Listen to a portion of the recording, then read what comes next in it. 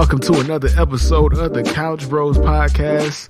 We are doing it different this week. Rod is out of town, so I said, you know what, this is an opportunity for us to have a guest on the couch, right? So it's not going to be me and Rod and Gerson, the usual suspects. This is going to be a guest on the couch episode. This is going to be a very heavy episode. There's going to be some humor in it involved, but it's going to be a heavy topic. So I got my good friend, homie for years, Dom, in the building. He hit me up and he inspired me to actually do some research in regards to what's going on in Afghanistan. And we all know how the Taliban took over Afghanistan as soon as we pulled our troops out. But there's a bigger conversation out that should be had. And it's a bigger conversation that a lot of people are not trying to have because it requires too much time. Everything is politicized. You have to be on one side or the other, right? Journalism has shifted for the worse. There's very few people who are actually still trying to do journalism with integrity. And that's why we need people like me, people like Dom, using this platform to try to educate people as much as we can, right? And there's a lot of nuance and context in regards to what the hell just happened. It wasn't just, boom, we just left and let these people fend for themselves. This has been going on for over 100 years, literally, over 100 years. So Dom, go ahead and introduce yourself, man. What's up, world? This is Dom, broadcasting away from Houston, Texas. This is my 10th year in education. I've been a history teacher for most of this time, so this is right up my alley.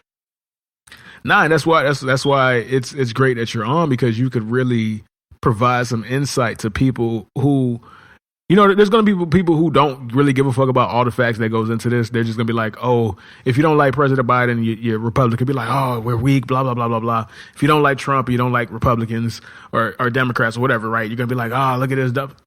Who cares about that, bro? Like, there's a real conversation that needs to be had, and this is what this is for. But before we get into that, let's start off light, man. We are both big football fans, so normally we would discuss this stuff on the sports show, and we can. But you are a major Dolphins fan, yes, and sir. You're in Houston, which is hilarious. So I'm going to ask you about that. Being a Dolphins fan, being all the way in Houston, bro. How was that first and foremost? I mean, people understand. I mean, it's Houston. You have so many people that, you know, we have 1 million Cowboys fans up here. The Texans fans are actually a pretty cool group. And, you know, we're not direct competition, so it's really no issues. Plus, at this point in time, the Houston Texans might be the worst franchise or the worst run franchise in all of sports, like point blank period. So nobody gives me a side eye about being a Dolphins fan. All right, so the real reason why I want to bring that up is, so we just had 2 weeks of preseason, Mm-hmm. and for most people, preseason doesn't really matter, right? It's whatever, right? But for other people, it, like me, I live for it. It's football. It lets me know that the season is not around the way. But for you specifically as a Dolphins fan, as I'm not gonna say the biggest fan of Tua Tagovailoa, or just Tua for short, what has been your impression of him so far? Cautious optimism, Herb. Cautious optimism.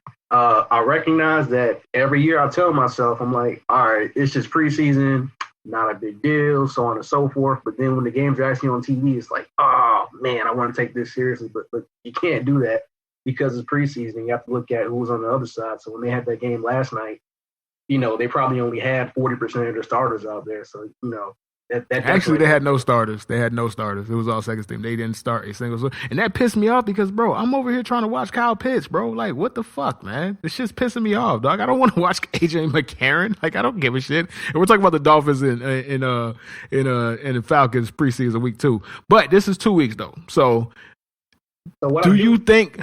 Go ahead. So what I will say and what I do like, I can tell that there are a lot of pieces to our offense now. Like with Waddle. So now we're able to do things with Waddle, like that behind the line of scrimmage, like screen pass.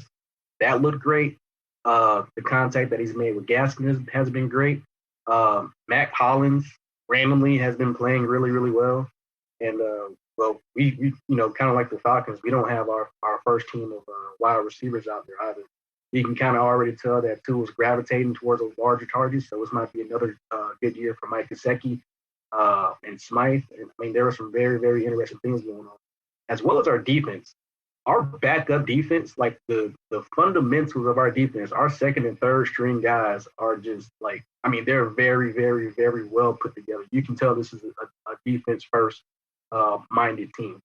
So putting all that together in my mind, kind of thinking, okay, you might have that type of year where Tua never needs to put up more than 21 points in the game. He can still win it. And, it's not a whole lot of everything is going to be on his back. Okay. Real quick question before we go ahead into the actual show. On a scale of 1 to 10, where were you on the, shit, are you serious? When it looked like Jalen Waddle might have been out for the season when he was holding on to his knee, bro. Because I'm like, bro, I'm not even a Dolphins fan, and I'm like, bro, are you serious, bro? Like, seriously? Did you catch the game last night or no? I thought that. Where were you on that? Where were you on the poop myself scale, bro? I mean, I had 3/4 of a beer in the mug. I drank the whole 3/4 of the beer, and I walked away. And then I came back, and it was okay. So that's where I was. All right, man. So, okay. All right. Let's actually get into the show. Whew. There's so much. Like, okay, so let's address what happened last week first so we can set the stage, and then we could go all the way from the beginning and work our way back to the end onto what happened last week. So, starting with last week in regards to the viral videos of first there was the news that we're pulling out our troops, right? And then the video started to creep out. You know what I'm saying? Like you're seeing Afghanistan be run over. You're seeing the plane flying. You see people hanging on the plane for dear life. You're seeing all these refugees. You're seeing all these people who are displaced. And when the news came out, it was one thing, right? But like with everything, we're all visual creatures. We have to really see something to understand the impact of what's going on. So inevitably, people took it to a level where it just shows that there's just a lack of understanding. There's a lack of understanding the context, the history, and everything that goes into what led to President Biden and our troops leaving, right? And that's why I wanted you to have you on, because you could fill in those gaps. So we start from there, but we have to really go back over 100 years, right? And it starts with the Simon and Pekah, or is it Simon? How's it pronounced, sir? Simon Pekah. Okay, so that agreement, pretty much the entirety of the Middle East and how it was separated in the lines of what territory, whether it be British or the French territories, would control, was literally drawn in sand. And something that was drawn in sand has reverberated throughout history 100 years later, which is crazy. And on top of that, totally fucking arbitrary, right? So in May 1916, this is in the heart, like right in the middle of World War I, right? France, Britain, and Russia actually get together. They end up pretty much cutting Russia out of it, but they come back a little bit later, and they split the Middle East up. Very similar to what they did in Africa in the late 19th century as well. They did that to Africa as well. And as you can see, Western interventionism has been an issue for a very, very long time. They didn't take into consideration the actual people who live, anywhere in this area. They just pretty much got the sand, got a ruler, and they said, all right, France, you take this, Britain, you take this. And then that started a whole lot of issues for a very, very long time. Okay, so hold on, matter of fact, I should have had it up. Let me see here. So who got what did France get, and what did Britain get? Which country did they get again? Well, ironically, the split really isn't all that important because none of it really lasted. So previously it was all the Ottoman Empire. And the Ottoman Empire ended up on the wrong side of history when it came to World War I. So once things looked like it was going to go left for the Ottoman Empire, then that's when France and England kind of came to the Middle East and decided to split it all up. And pretty much during that period of time and for the next 80 or so years, it was like a back and forth for trying to conquer it and trying to get the people to pretty much obey, their rule, in which a lot of times they just straight up didn't. And it actually ended up creating a lot of like Muslim subgroups who were really, really amped up to fight against, pretty much these Western invaders as they would have seen it. Now, if you fast forward back to Afghanistan, which if you ever actually look at how Afghanistan is actually put together, it's a very mountainous country. Some of it's mountainous, some of it's flat. The terrain can be totally different from place to place. And the people are incredibly different. your tribal identity in Afghanistan is very, very important. Your tribal identity in Afghanistan oftentimes can supersede or be more important than like your national identity. So, you being from whatever tribe is more important to you than being, an Afghan citizen. And that plays a huge role in what happened last week. That plays a huge role in trying to make a government for a different collection of people. And it's not necessarily it's not a melting pot like we're trying to make it out to be a melting pot. So if you look at this from the lens of the Cold War, right? So in 1979 to 1989, there was also an Afghan Civil War. The Afghan Civil War, pretty much the Afghans fighting against the Russian military. That's the Soviet-Afghan War. That lasted 10 years. And just to give you an idea, right, not to cut you off, sorry to cut you off, but just the estimates, right, of people who died was between 500,000 and 2 million people, right? Ultimately, for the Soviets to, lose technically because they didn't understand the terrain, and then people just realized it was a money pit. You know what I'm saying? Like, that sounds familiar, doesn't it? Of course, right? And always, right? Always. History always repeats itself, which is the most annoying part because you have all the blueprint in the world and you think, and the arrogance and with all these people who are just they're just playing Monopoly with actual lives, right? But yeah, so a bunch of money. And I think there was, I don't even remember the estimates in regards to how much money was spent in regards to the Soviet. And it's just like, this is not worth it, but go on. And enter America, right? So this is mid-Cold War. So America, we have a habit of doing a lot of what's called proxy wars. So whenever we don't want to directly get involved with something, it's kind of like a screw you to Russia. Whoever they're fighting, regardless of that group's personal beliefs, hey, you're fighting our enemies. Well, the enemy of my enemy is my friend. So the group, the Mujahideen, who was fighting against Russia, which at that point in time in the late 70s and early 80s did include people such as Osama bin Laden. We gave them weapons. We gave them lots of weapons. We gave them millions and millions of dollars of pretty much like Stinger missiles, RPGs, AK-47, so on and so forth. We gave them lots and lots of weapons and ammunition to pretty much overthrow and fight back the Russians. It took about a decade, but as Herb said, it was a huge loss of life, but they ended up pretty much succeeding. Pretty much during that time as well, the Mujahideen, right after the Civil War was over, you had another set of civil wars that took place after the Russians had already left. Okay, before you go on, this is very important because this is what's going to tie everything together, right? So, who was the central figure who came to rise out of the Mujahideen? What was his name? Osama bin Laden. Osama bin Laden. So, we're talking about somebody who has been a radical going back before Al-Qaeda. You know what I'm saying? What made him infamous, right, was one, he came from the bin Laden family, which is obviously wealthy. They had their own construction company, everything like that, right? Two, he was on the front lines and he was considered a hero because he is the ones who fought and won against the Russians and the Soviets. So he already had a cult following 10 years before September 11th, 2001.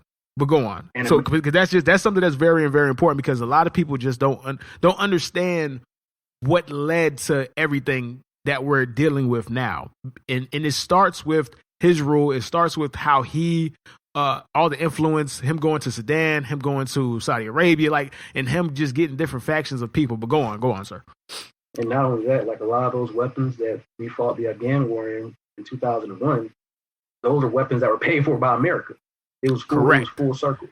But going back to Osama bin Laden and the Mujahideen would eventually end up becoming like a subgroup, and the Taliban would actually emerge from the Mujahideen in 1994, which is an ultra-conservative group, which ironically started off as like a bunch of students from Afghanistan and Pakistan.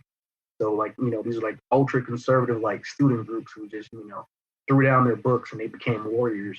And then they kind of got together with some of these other groups, and bam, here comes the emergence of the Taliban. One thing that is also very interesting in a full circle, right? During these civil wars in Afghanistan in the early 90s, in 1992, the Mujahideen actually ended up turning on each other, and they actually took over Kabul. And they killed 50,000 people when they took over Kabul. Okay, so what is Kabul? Kabul is pretty much the capital. Capital of Afghanistan. Okay. So what we're seeing this week, where like Kabul got overrun by the Taliban, it literally happened before in 1992. It already happened, and they killed 50,000 people, but nobody talks about it, right? Because at that point in time, America wasn't involved. We gave them their weapons, and then we backed out. What the Taliban soon found out was, and ironically, one of the ways that the Taliban makes money is actually selling heroin. I can touch on that a little bit later. Selling heroin and getting money in backhanded ways, that works for feeding the army. It doesn't necessarily work for actually feeding and building a nation. So fast forward 94, Taliban emerges. Bin Laden comes back because he got kicked out of Sudan pretty much, and he became a huge figurehead in the Taliban. But he eventually ended up splitting off from the Taliban in May 1996. He becomes the newfound leader of Al Qaeda. Now this is when it all kind of starts to tie together, and Al Qaeda just pretty much starts wilding. They're blowing up things, they're blowing up like Buddhist temples that have been there for years. So what really started the tension was because they were blowing up Buddhist temples as well as U.S. embassies in various parts, like in Kenya, and stuff like that. So when they started going up and blowing up U.S. embassies, that's where America tried to get back in it. You know what I'm saying? And that's going to lead us to the point where George Bush had the opportunity. The Taliban, the Al Qaeda or the Taliban was going to hand over Bin Laden, and he refused, and then boom. But go on, sir. Well, it's also about like how you end up getting, because like what's going to be what do you say about that? The Al Qaeda or the Taliban just forked over Bin Laden, and that's good enough. Now the war's over. Nobody would have accepted that answer in 2002. Right, but the thing, remember, so what happened is because we got to frame it in this respect, right? It was. I don't think a lot of people really paid attention to what was going on until the World Trade Center, which is, what I'm saying, until September 11th or whatnot. Because remember, the opportunity, from my understanding, came before September 11th. After 9/11, everything changed, which is how we ended up with, Dick Cheney getting what he always wanted, which was the Patriot Act, bro, where we got our privacy just completely invaded, and a lot of our liberties, that the freedoms that we swear we uphold now, we lost a lot of those in 2001 with the Patriot Act. And I'm glad you brought up Dick Cheney, because a lot of people were like, "Oh, I'm so mad at Biden. I'm mad at Trump." I'm like, y'all just gonna let George W. Bush and Dick Cheney and Donald Rumsfeld just like get this full slide on history, when in reality they're the most guilty ones. Like hands down, Cheney was responsible in just a military change that happened between the 90s and the early 2000s. There was a time in the 90s where we drew down our military and we replaced them with contractors. I'm going to talk about contractors a whole lot too. These military contractors make a whole bunch of money. The United States is fighting in a lot of places right now, but not with our own personal troops. We're paying, we pretty much have soldiers for hire. So if you ever play Call of Duty and you play as like a mercenary, that mercenary stuff is real. We're paying tens of thousands of mercenaries to do America's bidding for a couple reasons. A, it's cheaper just to pay the mercenaries. B, if they do anything wrong, or if they do anything, that's not savory, or, the mercenaries go into like a city and they end up killing 50 people, and they're all innocent civilians, well, they're not really a part of America. America's paying them, but they're not really a part of America. And C, there are some insanely close ties between the people who actually own, operate, and run some of these like mercenary companies and the United States government. So while we're here, go ahead and just elaborate on that a little bit more before we get back on track. No problem. So Erik Prince actually heard. Do you remember Betsy DeVos? Yeah, the name sounds familiar, but yes, the education secretary, and everybody. Yes. Everybody hated her for like charter schools. Yes. And she owns the the Orlando Magic Stadium. They're like the Amway, billionaire family. So she became the Secretary of Education, right? Her brother is a guy named Erik Prince. Erik Prince is an ex-military guy who just decided to start up his own pretty much paramilitary called Blackwater. And Blackwater became Academy. Academy became They changed their name a couple months ago to Constellus, and we're paying them in excess for next to actually stay in Afghanistan and Iraq on behalf of America. We're paying them in excess of, when it's all said and done, I believe about $50 billion to stay over there and to continue fighting. So actually, a lot of those people who are actually stuck in Afghanistan right now, who are Americans, are actually military contractors. But I'm sure if you guys have friends that are in the military, these are guys that are paid to like drive trucks, or paid to have their ARs or whatever, M4s, stay in those very, very dangerous places and protect oil fields or protect whatever inches that their boss tells them to protect. And they make a whole bunch of money. You do soldier stuff, but you work for a private company and you make a crap ton of money. It's one of the more popular ways that the U.S. kind of like fights their conflicts at this moment. So if you're unaware, yeah, we're in Afghanistan, but we still have conflicts all over the place. So, for example, there are over 50 countries in Africa. The U.S. has active military operations in at least 10 of those countries at any given day. So right now, the U.S. is in Burkina Faso, we're in Cameroon, we're in Chad, we're in Kenya, we're in Libya, Mali, Mauritania, Niger, Somalia, and Tunisia. At any given moment, the United States has representatives who are fighting in those countries at this moment. Nobody talks about it. Nobody cares. And that's why I said what I said in regards to George Bush had the opportunity to have him handed over, right? Because at that point, our awareness wasn't on that level. There was no social media. There was no Facebook. There was no MySpace. There was no Twitter. There was no 24 hours news cycle. So a lot of things could have been prevented. But at the end of the day, in my humble opinion, say we get Bin Laden, right? It would have been another Bin Laden, right? So maybe the same sequence of events play out. But going back to Dick Cheney, and that's just showing you, like George Bush, I think George Bush, there's remorse for what happened. Dick Cheney, I honestly believe this in the bottom of my heart. He didn't want 9/11 to happen, but he's not sad or lose sleep that it didn't happen because he's an opportunist. Well, he made a bunch of money. Of course, thank you. Because there's another company named Halliburton, which also has a military wing that Dick Cheney pretty much, when he wasn't in government, that's where he got all his money from. Mm-hmm. And a lot of these military contractors, they fund a lot of political campaigns on both sides. They pay a lot of these news stations on both sides. That's why when Biden ended up not doing the pump fake and he actually pulled out, oh man, everybody's mad at Biden because, okay, well, who's paying all these media outlet people? Who's paying for these campaigns? That's why everybody's pissed at Biden, because Biden did what nobody thought they would ever. He caught the money.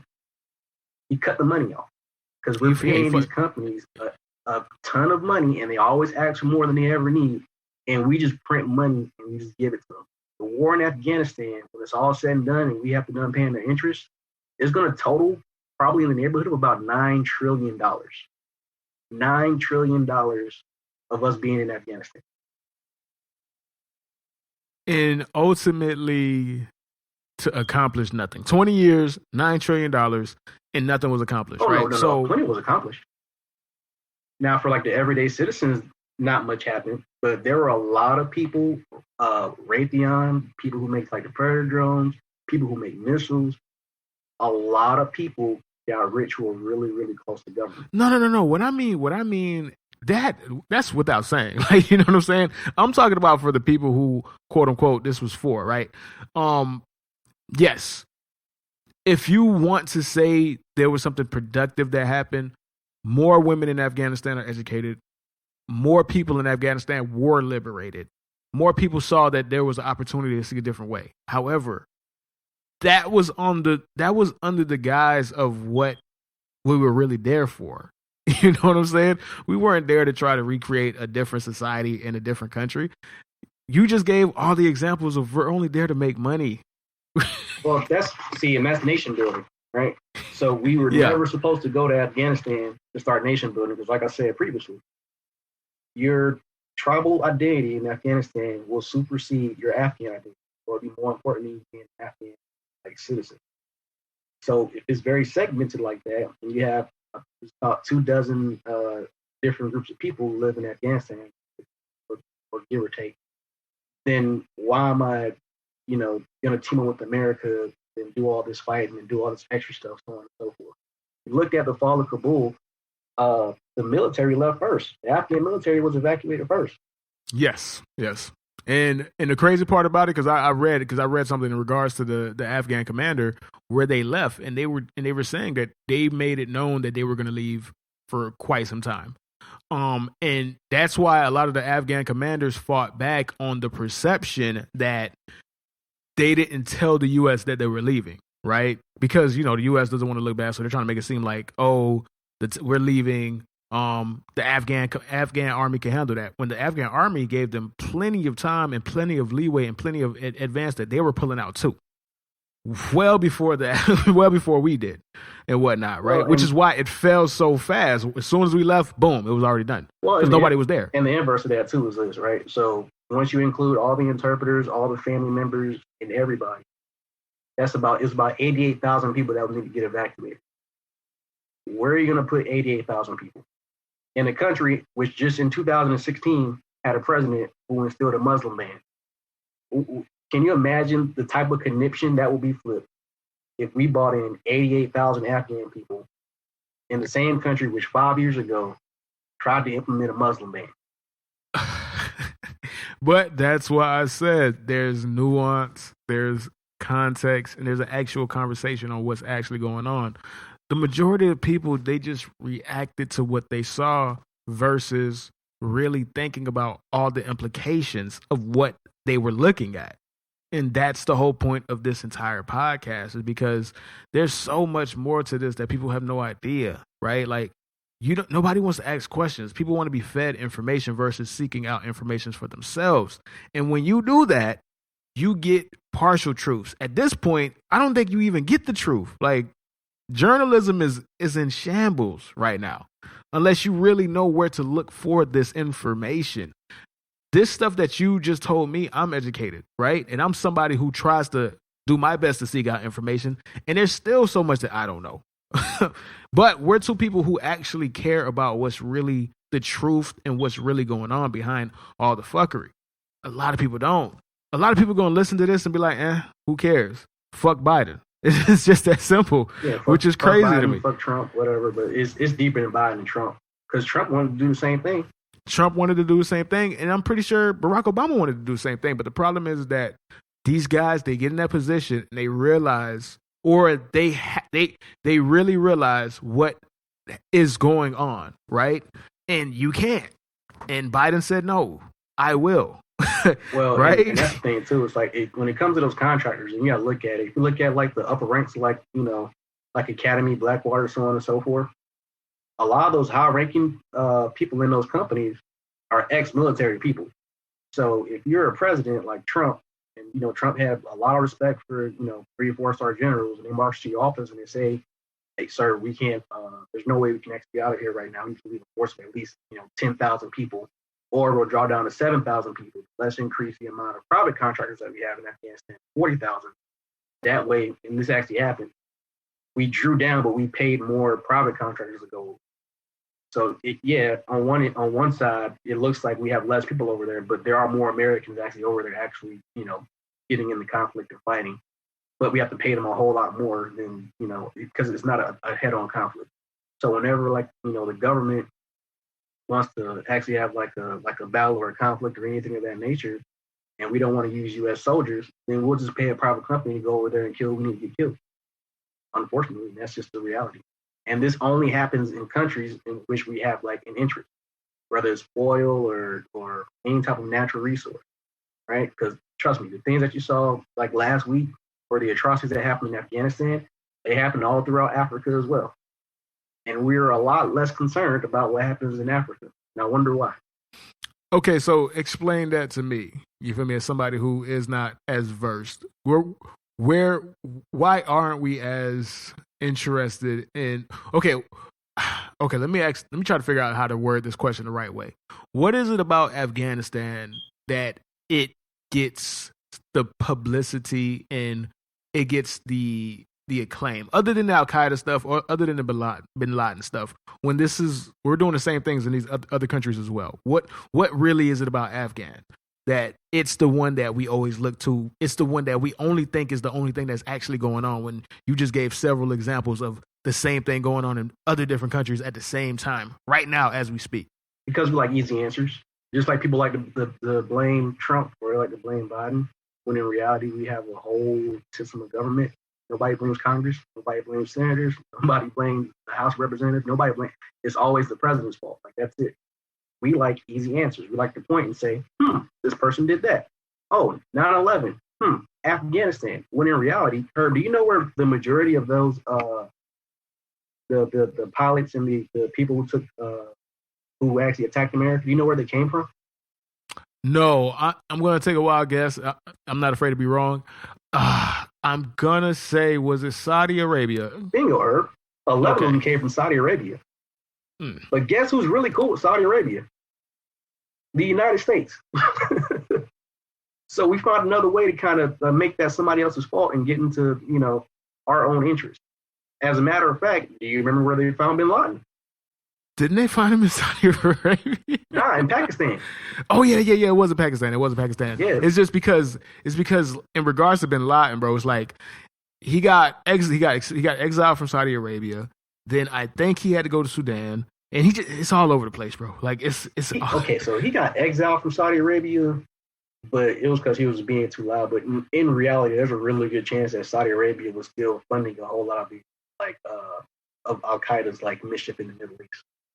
However, because we're allied very closely to Saudi Arabia, we're not really trying to start a whole bunch of stuff with Pakistan. It was just a lot easier to go into Afghanistan and find a way to get into Iraq as well. And boom, now you fast forward 20 years. Now those are things that we care about. There was a conference of Berlin in the 1800s. I forgot exactly what year, forgive me, in which the Western powers did exactly the same. So Europe went into Africa, and they carved Africa up into a bunch of different shapes, and they took it over. For the most part, this is one of the reasons why it's very, very difficult for African countries to pretty much to keep their wealth. So, for example, Michelin tires, right? Michelin has one of the biggest they own the most land, and they're able to get most of the rubber from the planet from their plants in Africa.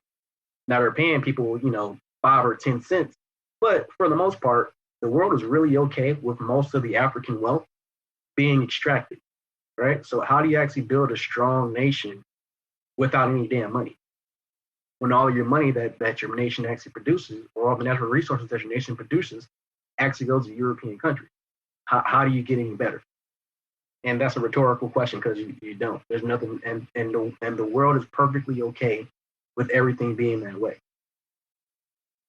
And I think the reason why the world is okay with it, because the world doesn't understand what's actually going on. This is part of the reason why journalism sucks, because that could be something that could be talked upon. Two-way street, though. Two-way street. Because it's entertainment, right? Everything's entertainment. It needs to get clicks. The world has a very short attention span. So they're going to gravitate towards what people want to hear, right? Nobody wants to hear about what's happening in Burkina Faso. And if you do, you'll probably get 100 clicks. And that has to make money too for whatever news outlet is out there. However, this goes back to, and here's my opinion, one of the cores of capitalism.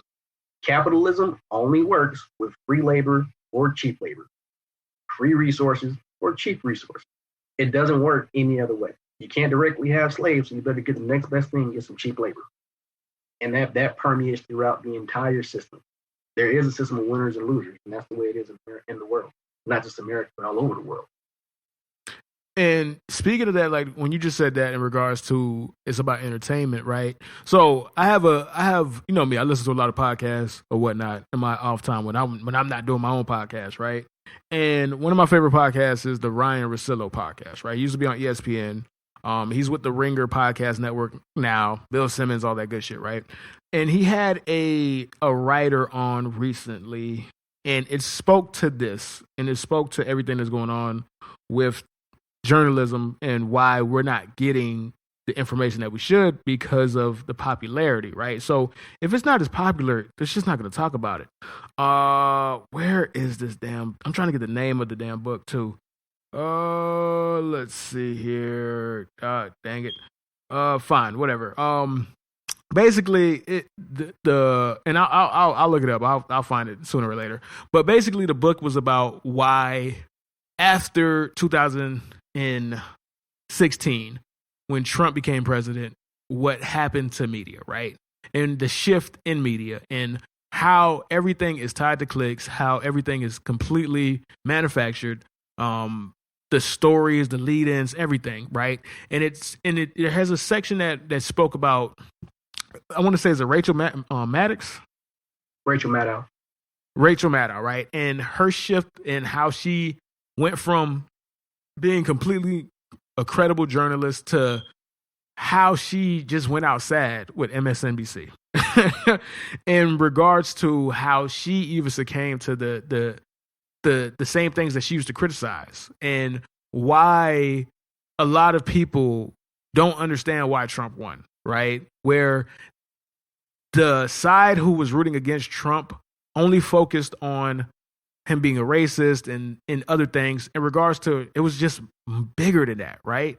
And with that shift, and I don't think a lot of people really understand when Trump run and his whole run and how everything tied to him, like journalism and integrity was going down the wayside well before that. But the pandemon and the shift really happened on that day when he won, because it just became, everything became politicized. Everything was this or that versus this maybe or that. It's this or that, right? Granted, and now you just go ahead. Granted, you can make the argument that everything's been politicized. People just want to kind of hide behind everything's politicized. No, everything is politicized. What I'm saying is that because it was so charged up when his run, because it goes back to when people didn't even think he was going to win the general election. Like, didn't even think he was going to win his own party because he was so demonstrative. He was such a force. It was just, there was people like, he had quotes in the book were saying, okay, yeah, it's cool, but there's no way he's going to win the nominee. There's no fucking way,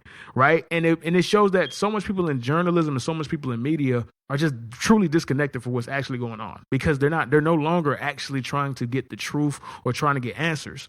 They're trying to get clicks. Well, I think it's the perfect sum of things, right? That may be true, but let's say you are honest journalist. At this point in time, how do I prove that I'm an honest journalist when things have to be so quick, right? One thing that Trump did, which was very masterful, was he was able to say whatever he wanted in 250 characters, whether it was true, whether it was not true. And by the time you actually think about what he said, he just said something else that didn't make any sense, and then you couldn't keep track of it.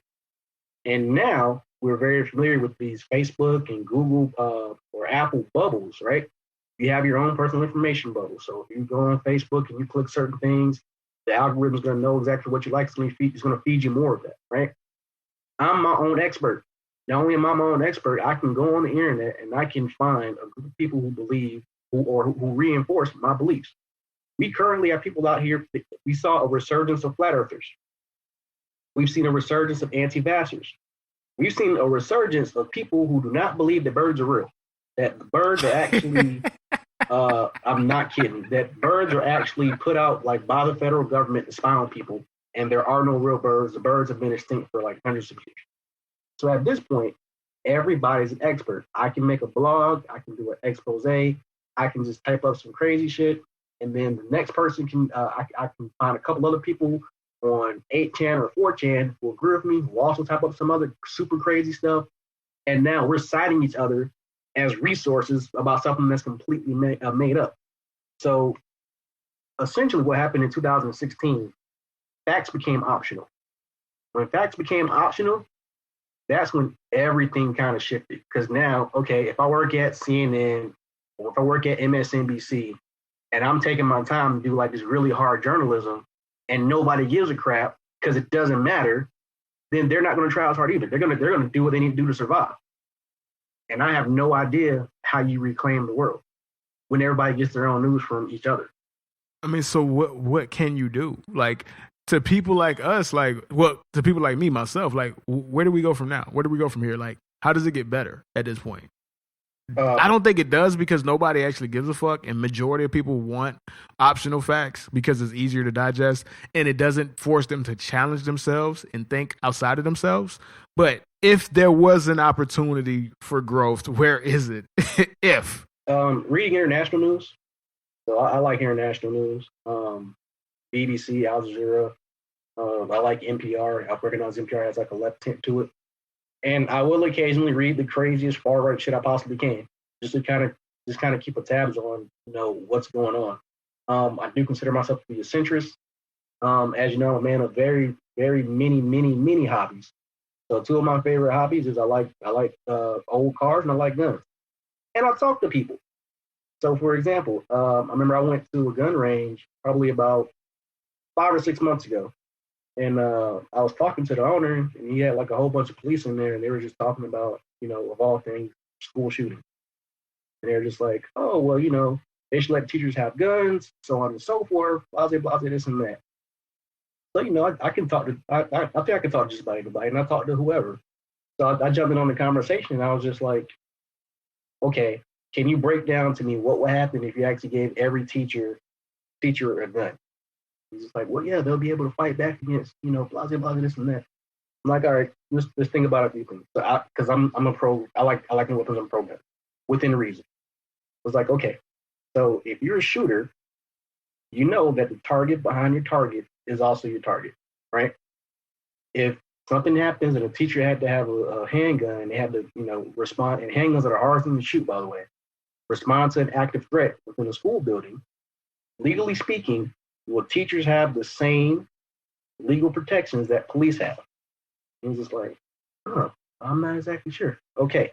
And then you also have to think about it. If I work very, very closely with the community of people, you're also expecting a teacher to potentially carry a weapon at all times. What about, what if they drop the weapon on the floor and it goes off and it shoots and kills a kindergartner? Then what?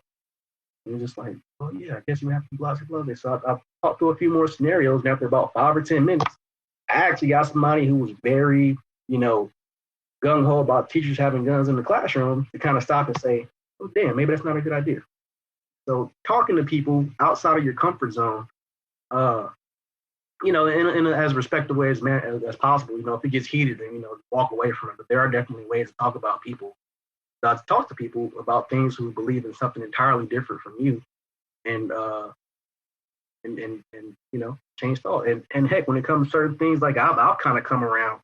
So for example, when I was talking to some of my conservative friends at the gun range, they're just like, hey man, an assault rifle ban would be damn near impossible. And 5 years ago I'd be like, it's possible. It's just like, it's not. Because then you have to, what is an assault rifle? And then now you're going to put all the police in danger, because now how are you going to go about collecting all these guns? And you have more guns than people in America. So there are other things that they could do that, would be more effective than going after that. And he also brought up the fact of, most crimes when it comes to like, black and brown people, handguns are the actual issue, and nobody's talking about actual handguns. So when it comes to actual gun violence within the, the black and brown community, it's pretty much predominantly handguns, and an assault rifle ban would do nothing for, trouble areas in Houston or Jacksonville or Chicago or you name it. So that would be, it wouldn't even help the issue. And that opened my eyes. I'm like, shit, you're right. Yeah, okay, so me, I've always been opposed to, I'm not going to say opposed to it, but I've had the opinion that I don't see the necessity for civilians to have assault rifles, right? But you do bring up a good point. And can I rebuttal with this too? Go ahead. As a person of color, after what happened on January 6th, and them folks went and tried to take over the country, and they're going to get a slap on the wrist. Nobody's going to get more than 6 months for storming the Capitol, killing a police officer with a fire hydrant, and saying hang Mike Pence.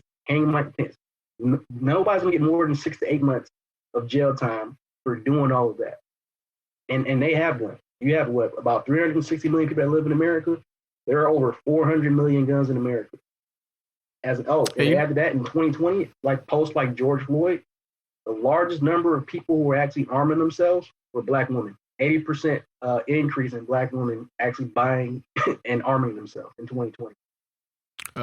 Yeah, I know that for a fact because I have a gun that I bought specifically for my significant other. A very, very nice 9mm, bro. So don't try to run up in this house. You will get bounced back. But that's neither here nor there.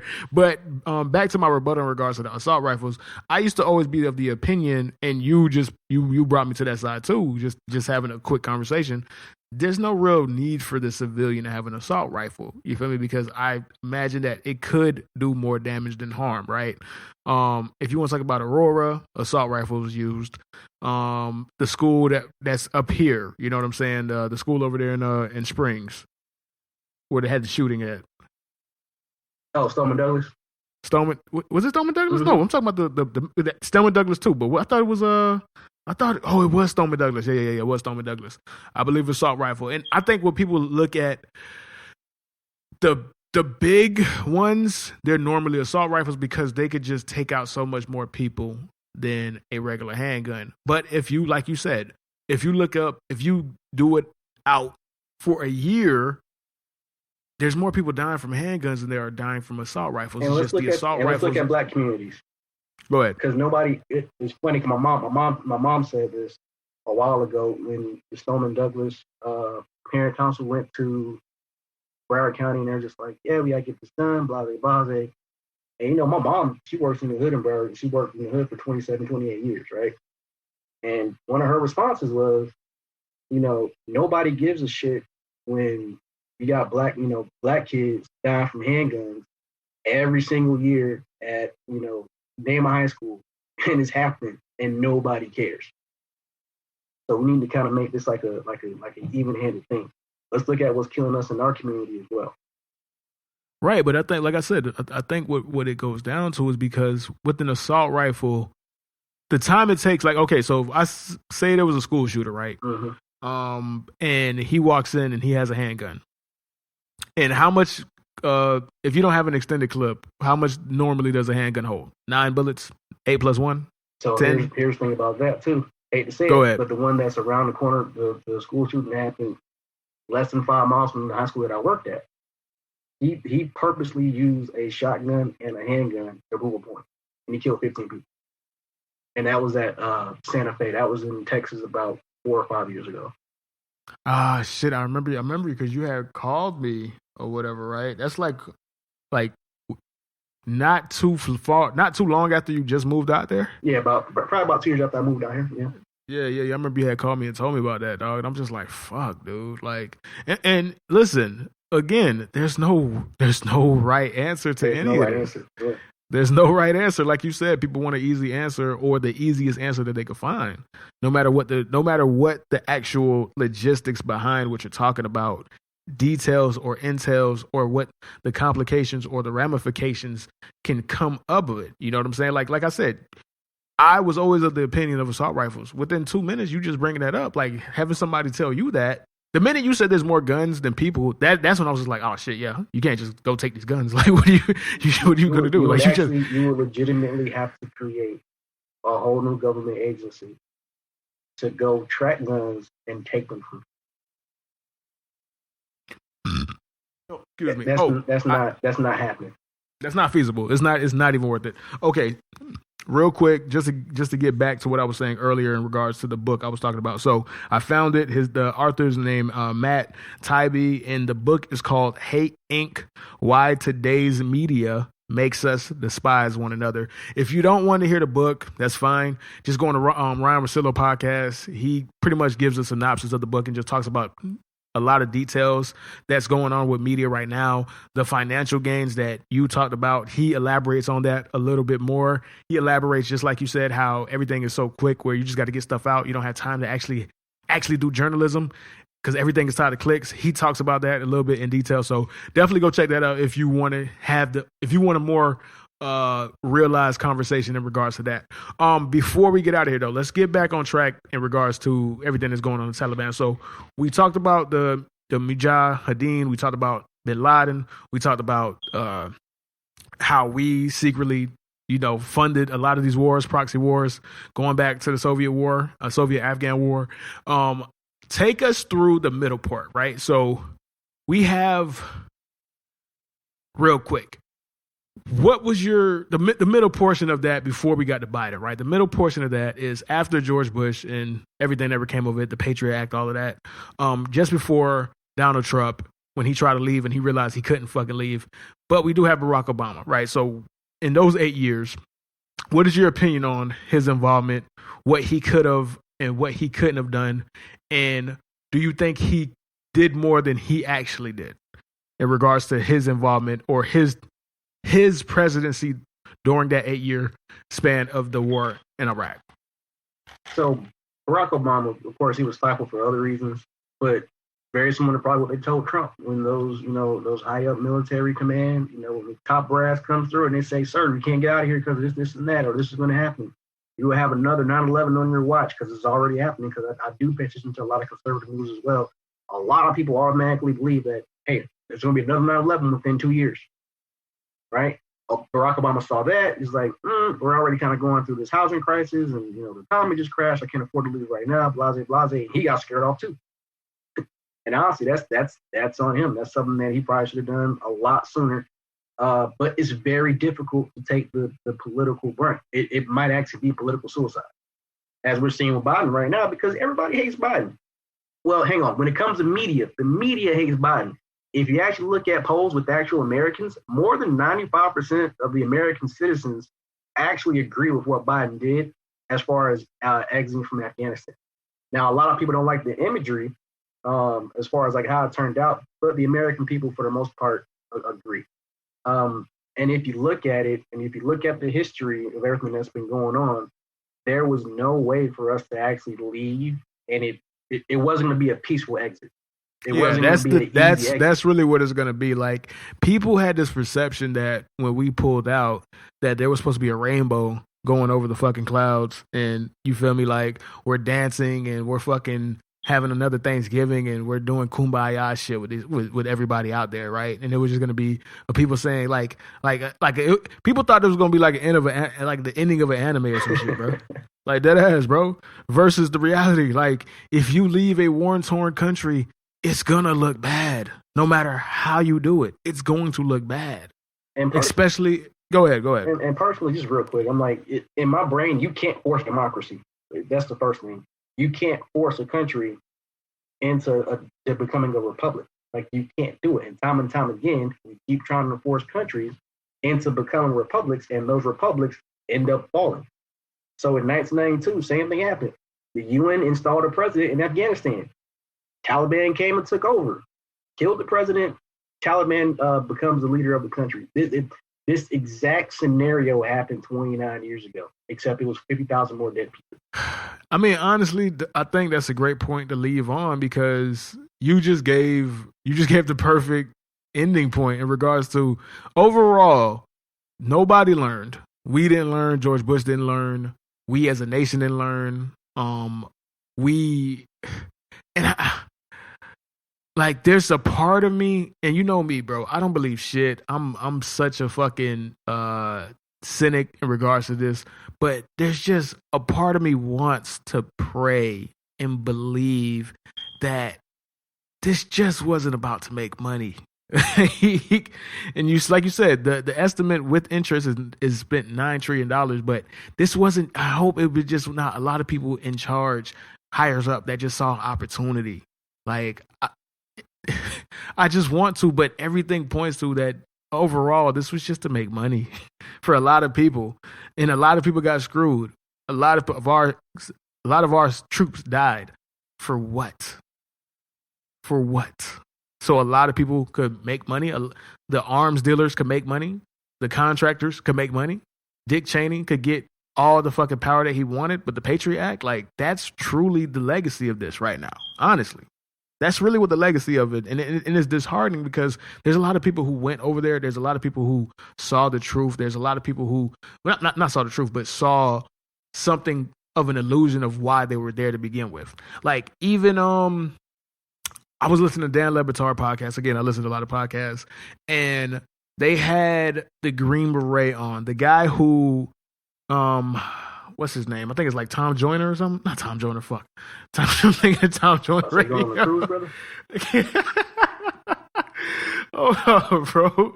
Hold on. Let me get this fucking guy's name, bro. Because it's the guy that it was the Green Beret. Remember when Colin Kaepernick decided to protest the national anthem? Oh, right. I know you're talking about. Yeah, and then he decided, okay, let me get with somebody who is in the military, who I can see what's the best way, which is the funniest thing about it, the most ironic thing, right? Nate Boyer, that's his name, Nate Boyer. Oh, right, Boyer. Colin Kaepernick became a pariah for kneeling, but he got counsel from a guy that was in the military, and that's why he knelt in the first place. And they still didn't like this nigga. So don't tell me it's about respect. Don't tell me it ain't about race. But beyond that, right? That's for another day, right? The conversation I want to have in regards to Nate Boyer, they had him on, and you could tell his pride, because they asked him, do you think it was worth it, right? And he was trying to wiggle his way out of the question, but overall, his pride couldn't allow him to admit that there really was no purpose to that war that he fought and he served in, and he had multiple trips in. He basically said, you know what? There's a lot of people that I know I helped. And that's what it came down to. And with that, I can't say it wasn't worth it, because I know there's people that made their lives better. And if that's how you feel, I can't take that away from you. But deep down in your heart, you know it wasn't worth it, dog, because you had no business being there to begin with. Well, it wasn't. Like, honestly. Well, so here's the thing, though, and here's the part that's like really sad. It's like if you look at the suicide rates for soldiers when they get back to America after Afghanistan and Iraq, it's like you have an 80% more likelihood of ending your own life if you served in Afghanistan or Iraq than like if you didn't, which is like a jarring number, and a lot of it has to do with the guilt when you wake up and you come back home and you realize like, man, maybe everything wasn't exactly the way it was sold to me. And in America, in the early 2000s, we're all guilty of this. We all had those never forget stickers on our tag, and everything was extra patriotic, and the world was a really, really scary place, and we were all, support the troops and all of that. That was a very, very interesting time in American history when the whole world was, the whole United States was 200,000%, backing these young guys up and sending them overseas as young as 17, 18 years old to pretty much deal with things for the rest of their life. And it's a hard pill to swallow when, you spend so much of your time over there, you sacrifice so much, and then you get back to America, and now, it just fell apart. But there are instances, if you look at it, we spend a lot of time protecting oil refineries in the Middle East, So, I mean, it's always been interwoven with the system. I forgot which president said it, but the saying was, war is old men talking and young men dying. And, I mean, that's what happens in Afghanistan and Iraq. And with that, which is a perfect soliloquy to wrap up this entire episode, man, war is old men talking and young men dying, bro. With that, bro, we are going to go ahead and close out the show. Dom, I appreciate you, bro. You illuminated me. You educated me far more than I even anticipated, and I was already expecting to get educated like a motherfucker, bro. So I appreciate you for coming on, bro. Thank you, dog. Great as always. All right, man. And with that, we will see y'all next week. Deuces.